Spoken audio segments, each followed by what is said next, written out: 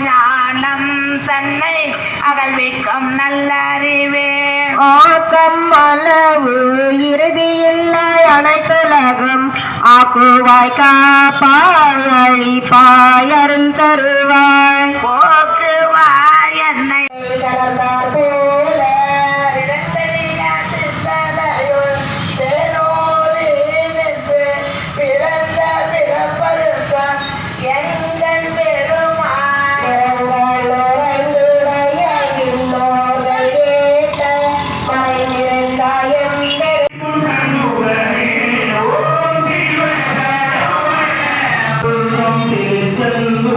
பழனி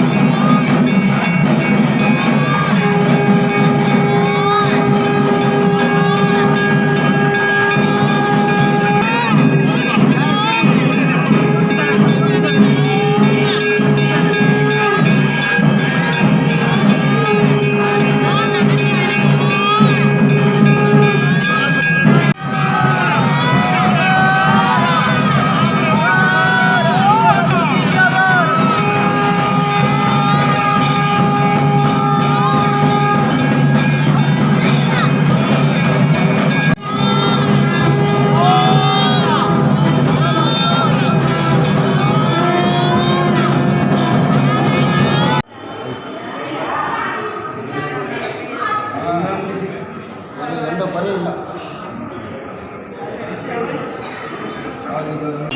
ஸ்ரீ விட்டப்பா சாமி மௌன குரு வந்து விட்டப்பா சாமி வந்து ஒரு மாதாந்தாய்கிட்ட வந்தார். மாதாந்தாய்கிட்ட வந்து திருவேரிக்காட்டில் இருந்தவர். அவர் மாதாந்தாய்கிட்ட வளர்ந்து அப்படியே வெளியே அவங்க அப்பா கிடையாது, அம்மா கிடையாது, அப்பா. அவரோட சொந்தம் 8 பேர், இவர் 8வது. அப்படியே வீட்டை விட்டு வெளியே வந்துட்டார்.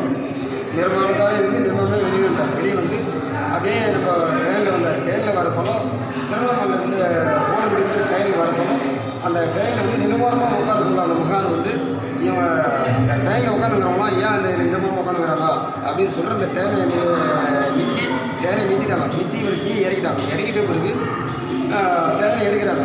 இவர் போய் முள்ளிச்சலில் உட்காந்துட்டார். உட்காந்தோடனே அந்த மகான் வந்து முள்ளிச்சலில் உட்காந்துங்கிற மகான் வந்து ட்ரெயின் எடுக்க முடியல, ட்ரெயின் கிளம்பல.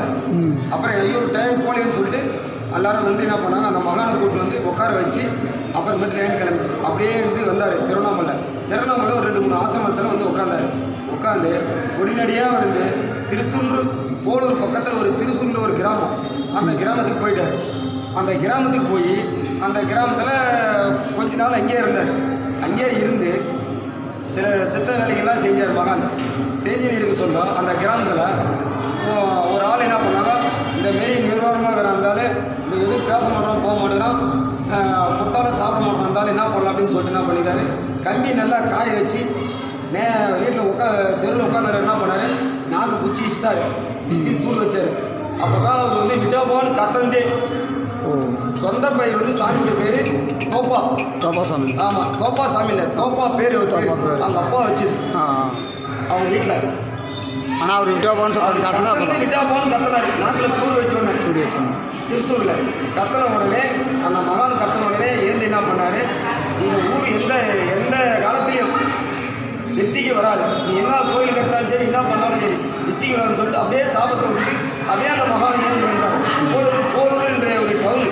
இந்த போலூர் என்ற டவுனில் அந்த மகான் வந்து பெரிய ஒரு ஆறு போயின்னு இருக்கும். அந்த காவாவில் தான் உட்காருவார். சாக்கடை, சுத்தமான சாக்கடை. அந்த சாக்கடையில் அந்த மகான் வந்து அந்த மகானை உட்கார சொல்லும் பல சித்தங்கள்லாம் செய்வார். அந்த தண்ணியில் உட்காந்தாருன்னா அந்த தண்ணி ஃபுல்லாக வெளியேறி தண்ணி ஃபுல்லாக ஒதுக்கி அவர் இருக்கிற இடத்துல எதுவும் வராது. அவன் தூய்மையாக வாசனை அடிக்கும். சுத்தமான சாக்கடை, அந்த மகானை உட்கார்ற இடம் தூய்மையாக வாசனை அடிக்கும். அந்தமாரி உட்காந்து சொல்லும். போலூர்ன்ற டவுனில் பாய்க அதிகமாக இருந்துச்சு. பாய்க ஆட்சி அதிகமாக இருக்க சொல்ல அந்த மகான் வந்து பாய் என்ன பண்ணான், என்ன நிர்மாணமாக்க மாட்டான், இவனை அதிகமாக இல்லை வெட்டி கடை சொல்லணும் அப்படின்னு சொல்லிட்டு ஒரு 10 பாய்களாக சேர்ந்து நைட்டு வந்தார். நைட்டு கிளம்பி வந்தாங்க.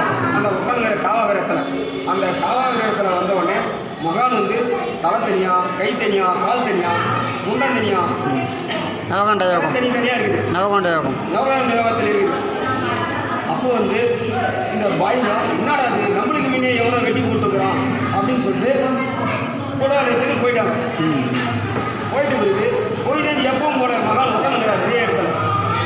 இது ஒரு வேலை இல்லை, செத்தவங்களை நீக்கி வச்சுக்கிறாரு, பேச தெரியாதவங்களே பேச வச்சுக்கிறாரு, குழந்தை இல்லாதவங்க குழந்தை பாய் வரும், கல்யாணம் திருமணம் ஆகாதவங்க திருமணம் ஆகும், எல்லாமே நடக்கும்.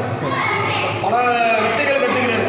அதேமாரி இந்த மகானுடைய இடத்துக்கு வந்தால் நீ என்ன நினைக்கிறியோ, ஆனால் மீண்டும் இவரை நம்பணும். நீ என்ன நினைக்கிறியோ சரணாகதி அடையணும். ஆமாம், இவர் வந்து ஜீவ சமாதியாக உட்கார்ந்தார். இவர் வந்து ஜீவ சமாதி வந்து இவருடைய ஆத்மா மேலே போக சொல்லும்.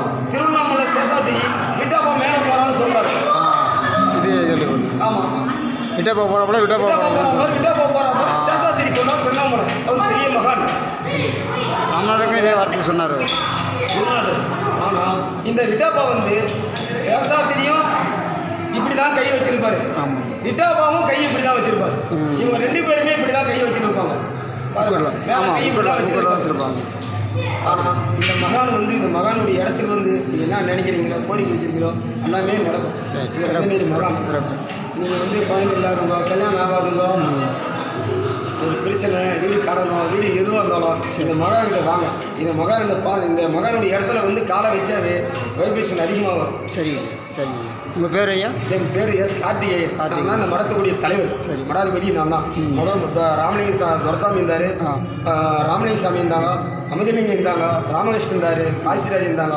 இந்த மடத்துக்கு மடாதிபதியாக நான் தான் பண்ணிருக்கிறேன். இப்போ இருக்கிறது நீங்கள்? ஆமாம். சரி, ரைட், சிறப்பு ஐயா. சரி, உங்கள் பேட்டிக்கு ரொம்ப நன்றி, மிக்க மகிழ்ச்சி. வாழ்க வளமுடன், வாழ்க வளமுடன், வாழ்க வளமுடன்.